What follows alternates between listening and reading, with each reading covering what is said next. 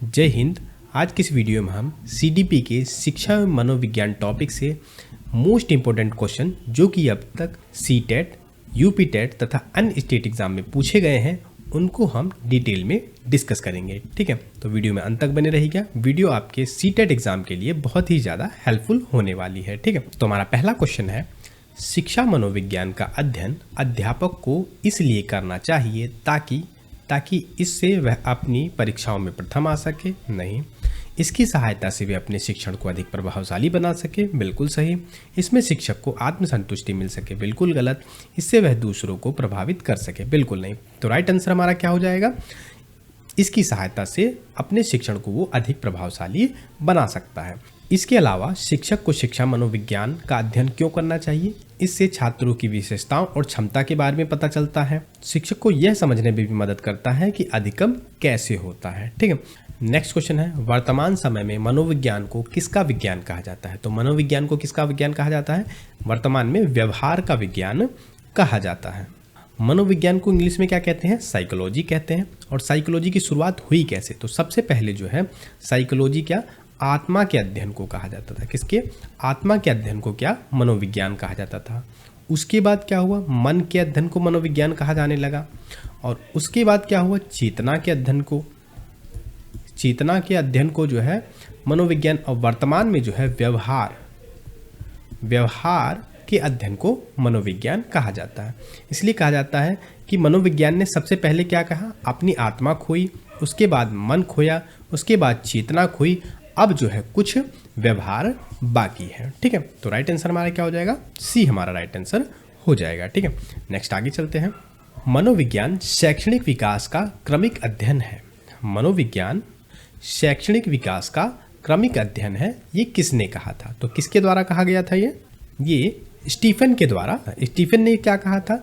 शिक्षा मनोविज्ञान शैक्षणिक विकास का क्रमिक और वैज्ञानिक अध्ययन है। किसने कहा था?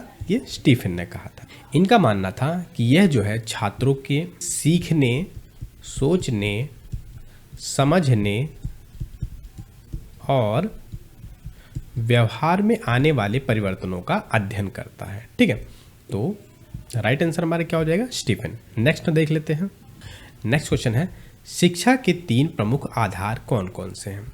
शिक्षा के 3 प्रमुख आधार कौन कौन से हैं? तो ये है हमारे शिक्षक, छात्र और पाठ्यक्रम। अगर हम एक्स्ट्रा इन्फॉर्मेशन की बात कर लें तो जॉन डीवी के अनुसार शिक्षा एक त्रिमुखी प्रक्रिया है। कैसी है?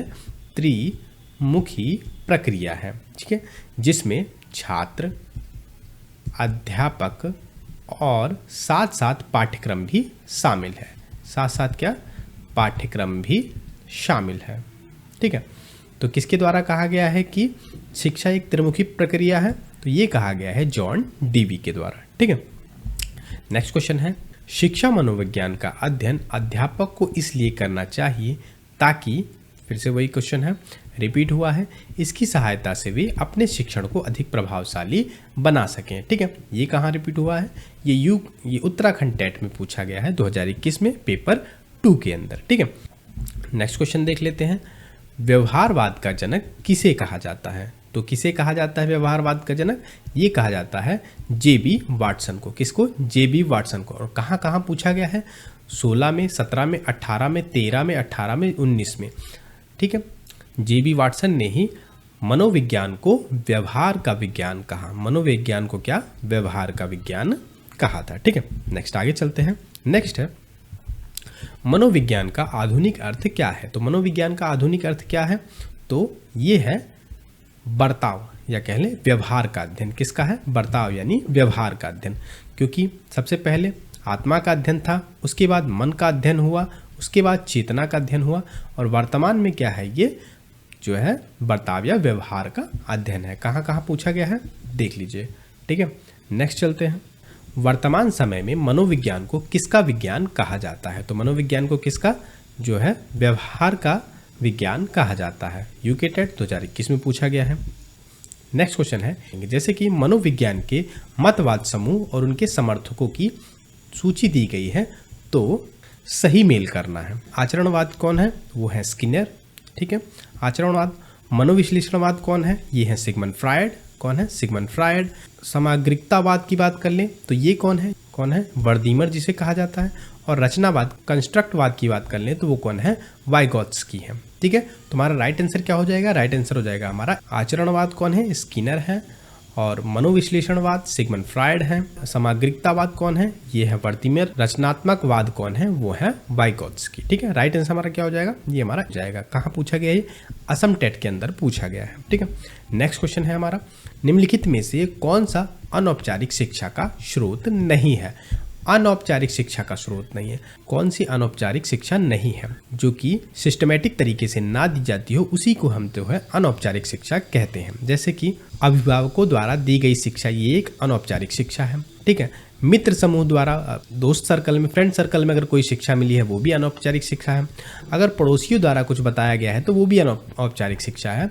लेकिन कक्ष में आप शिक्षण के माध्यम से दी जाने वाली शिक्षा, ये क्या है? ये एक औपचारिक शिक्षा है, फॉर्मल एजुकेशन है। ठीक है, नेक्स्ट क्वेश्चन देख लेते हैं हमारा। नेक्स्ट है, एक स्वस्थ शरीर में स्वस्थ मन का बसना किसने परिभाषित किया था? एक स्वस्थ शरीर में स्वस्थ मन का बसना, तो किसका कथन है ये?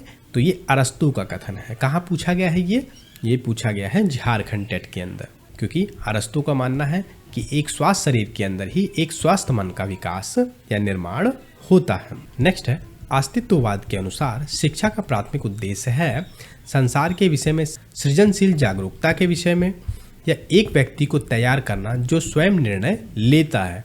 ये जो है, क्योंकि किसी व्यक्ति को अपना अस्तित्व जो है बनाना है, इसलिए क्या है, वो एक व्यक्ति को तैयार करना जो स्वयं निर्णय लेता है।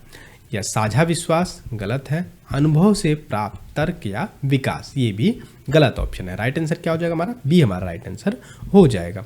नेक्स्ट क्वेश्चन है, शिक्षा एक पुनर्गठित एवं पुनर्निर्मित अनुभव है जो क्या होता है? ये एक निरंतर होता है, निरंतर चलने वाली प्रक्रिया है। कहाँ पूछा गया है? झारखंड में पूछा गया है। क्योंकि व्यक्ति जीवन भर निरंतर कुछ ना कुछ सीखता रहता है, जो उसके जीवन के प्रत्येक क्षेत्र में दिखाई देता है। ठीक है, नेक्स्ट आगे चलते हैं।